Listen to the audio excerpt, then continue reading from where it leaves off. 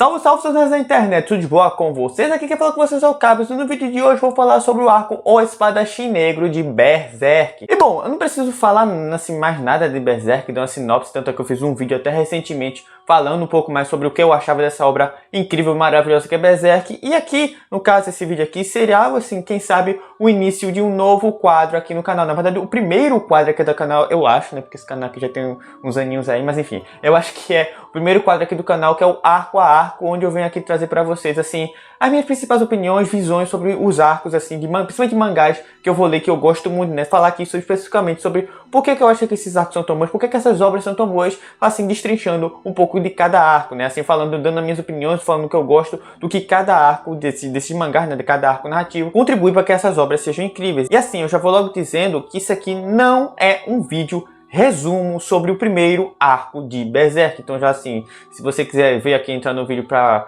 querer ver um resumo sobre Berserk, assim, eu vou falar sobre vários pontos, inclusive vai ter spoilers aqui nesse vídeo. No caso, o arco do Espadachim Negro vai do capítulo menos 16 até o menos 9, sim, Berserk, o Kentaro Miura, né, o falecido Kentaro Miura, que Deus o tenha, né? Ele começou aí pelos capítulos negativos, né? E esses capítulos vão nos volumes 1 até o 3. Então, assim, é logo o início de Berserk, literalmente o primeiro arco de Berserk, como eu acabei de falar. Então, assim, se você não quiser saber de spoilers também, que eu não vou dizer quando eu vou lançar, só vou falando aqui sobre. Então, é bem interessante que você já saiba disso, porque eu sei que muita gente não gosta muito de spoiler. E às vezes também tem gente, da mesma maneira que teve gente que entrou nesse vídeo aqui esperando, assim, um resumo de Berserk, pode ser gente, assim, que entrou aqui sem, assim, se quer saber de Berserk, querem saber se realmente vale a pena consumir essa obra. Inclusive eu fiz um vídeo aqui, deve estar passando aqui por cima nos cards aí, que eu falei mais sobre Berserk, só que sem spoilers, assim, falando de um escopo mais geral. Então vou deixar um link aí nos cards, para caso você queira ir nesse vídeo, porque aí nesse vídeo aqui eu vou falar mais especificamente sobre o primeiro arco. E vamos logo chegar em enrolação, porque eu já estou enrolando demais.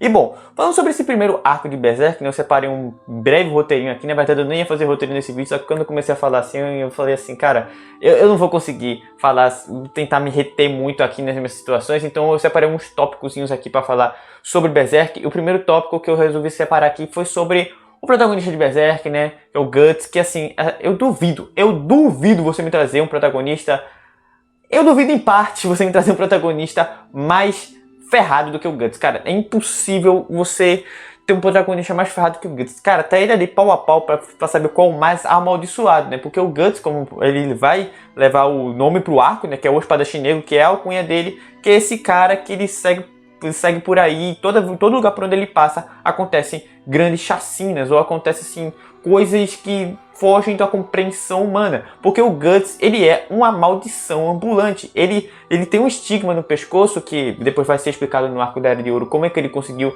esse estigma, de que atrai monstros. Então assim, no início da história, você percebe que o Guts, assim, as primeiras impressões que você tem do Guts é que ele é um cara babaca, é um cara que não se importa, é um cara que ele é tão cego pelo seu objetivo, que é a vingança, que ele não se importa com as pessoas que acabam sofrendo por seus atos, porque como ele atrai monstros, esses monstros realmente não se importam em matar, cometer essas chacinas. Então assim, toda vez que ele vai despertar a ira desses monstros, que são conhecidos até como apóstolos nesse mundo, né, porque a gente também está falando de um mundo de fantasia medieval, né, fantasia sombria ali, que inclusive Berserk ele foi muito influente para esse gênero, influenciou uma cacetada de obras aí. E assim, mas assim, eu posso falar um pouco mais depois no decorrer dos próximos vídeos aí, né, que eu vou falar sobre os arcos de Berserk.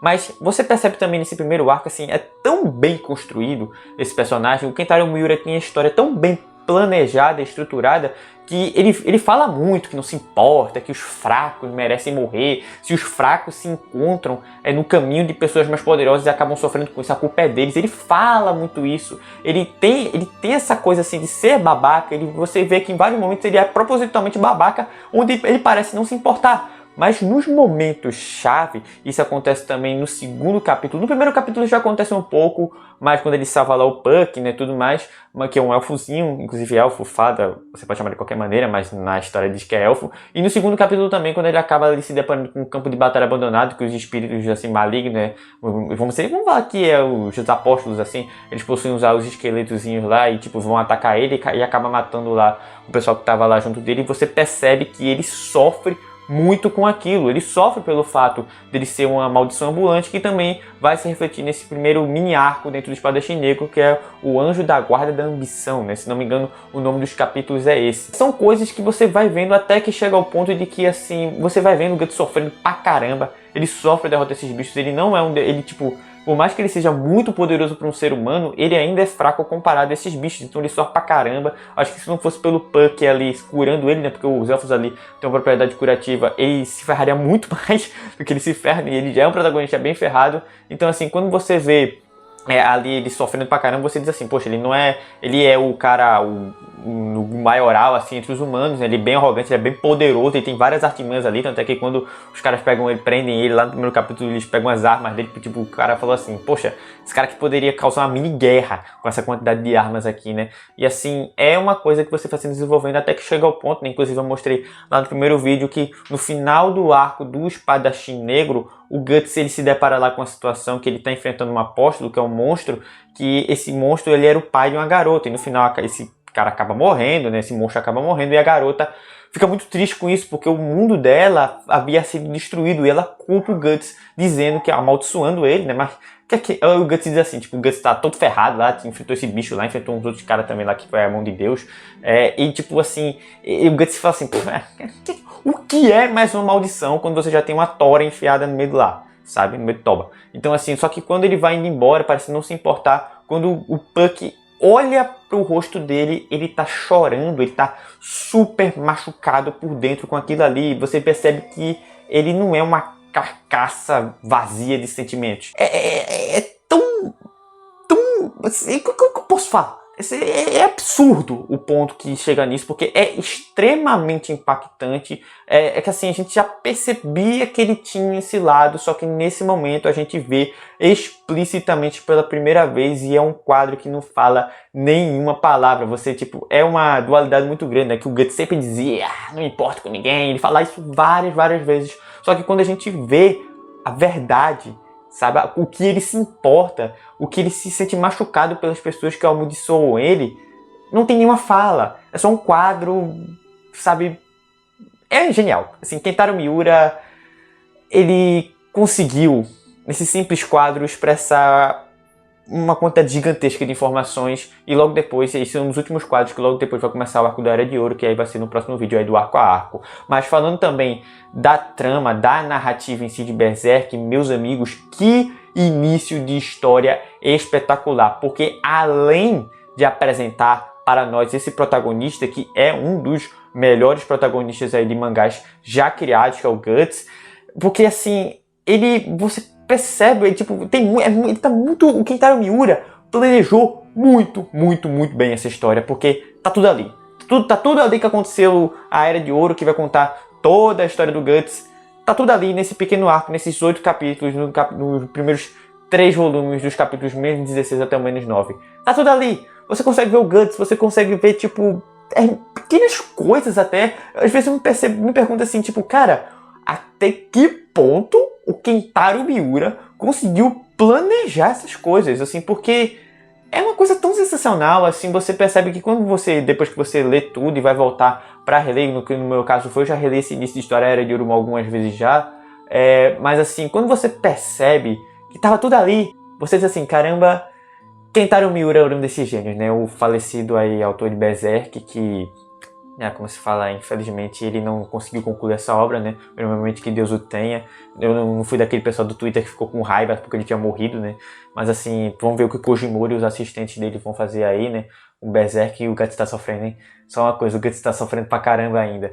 Mas assim, eu tô rindo aqui porque tipo, é de nervoso, dizendo assim, caramba, não tem paz pro nosso garoto Guts, não tem paz pro nosso garoto Gustavo, sabe? Não tem, sabe? Mas assim, é incrível também que nesse primeiro arco, o Kentaro Miura, ele ainda iria atingir o primor da arte de Berserk, que ficaria assim conhecida por ser uma das melhores artes aí dos mangás. Mas assim, nesse início é bem interessante porque você percebe que o Kentaro Miura era um autor iniciante. O mais estupendo é isso, ele só tinha 21 anos quando começou a serializar Berserk. É a primeira obra serializada dele.